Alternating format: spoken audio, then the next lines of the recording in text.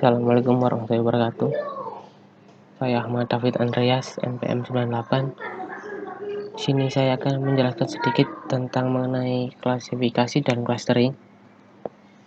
Langsung saja. Yang pertama adalah klasifikasi. Klasifikasi yaitu tugas dasar dari analisis data yang berfungsi memberikan label kelas untuk kasus yang dijelaskan oleh suatu set atribut. Klasifikasi merupakan teknik penting dalam data mining. Teknik ini dapat memprediksi label kelas, sehingga tujuan dari klasifikasi adalah kebenaran dalam memprediksi sebuah nilai. Klasifikasi sendiri memiliki tujuan untuk mengklasifikasikan suatu data ke dalam kelompok kelas yang sudah ada. Tidak ada pembentukan kelompok baru, dan biasanya prosesnya supervised. Dalam arti ada training yang dilakukan. Selanjutnya ini adalah contoh algoritma dari klasifikasi, yaitu Nernst centroid dan Skinner snakebone. Nernst centroid ini algoritmanya itu menghitung centroid untuk setiap kelasnya, menghitung jarak antara tes sampel dan setiap kelas centroid, memprediksi kelas dengan metode centroid terdekat. Ini Skinner snakebone atau bisa disebut KNN. Skinner snakebone. Dalam hal ini, setiap data baru akan dibandingkan dengan data mining, lalu 3 data training terdekat. Misalkan kita ambil K sama dengan 3, dengan data baru akan diambil. Misalkan ketiga data tersebut masuk ke dalam kelompok 1, 2, dan 1, maka data baru tersebut dimasukkan ke dalam kelompok 1. Seperti voting karena suara. Seperti voting karena suara yang terbanyak adalah 1, maka keputusannya adalah 1, menggunakan prediksi dengan majority vote dengan nilai ganjil. Selanjutnya, clustering.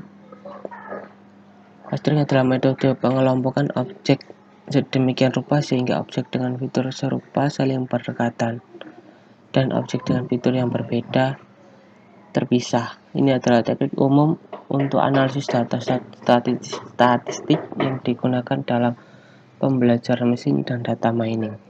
Clustering dapat digunakan untuk analisis eksploratif dan generalisasi.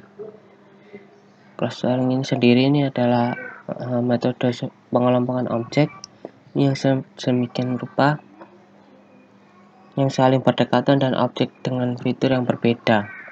Teknik umum yang analisis data statistik yang digunakan dalam mesin dan data mining ini adalah cluster, dapat digunakan untuk analisis eksploratif dan generalisasi.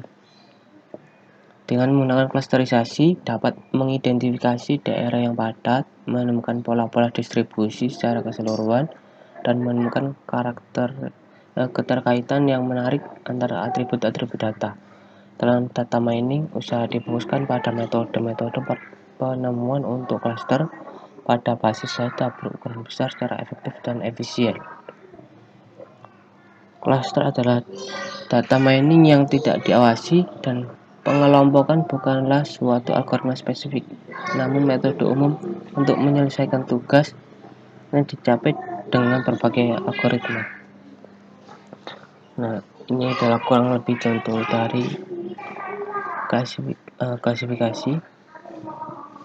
Klasifikasi ini bertujuan untuk memetakan satu titik data ke dalam satu kelas yang telah ditentukan untuk sebelumnya. Klasifikasi dilakukan secara supervised, yang artinya algoritma pembelajaran untuk melakukan klasifikasi ini diberikan contoh titik data dan kelas apa seharusnya titik data tersebut dipetakan. Untuk dataset yang digunakan pada clustering tidak menampilkan kelas atau target atribut, sedangkan dataset yang digunakan pada klasifikasi mutlak harus menampilkan kelas atau target atribut. Clustering dipakai ketika tidak diketahuinya bagaimana data harus dikelompokkan. Jumlah kelompok diasumsikan sendiri tanpa ditentukan terlebih dahulu. Nah, ini sedikit perbedaan klasifikasi dan clustering. Untuk klasifikasi ini bertujuan untuk memetakan satu titik data ke dalam satu kelas yang telah ditentukan. Klasifikasi dilakukan secara supervised, artinya agar pembelajaran dilakukan klasifikasi diberikan contoh titik yang harusnya titik data tersebut yang akan dipetakan. Misalnya ini clustering ini bertujuan untuk mengelompokkan titik-titik data yang berdekatan dan memisahkan dengan kelompok-kelompok lain yang berjauhan dalam suatu ruang.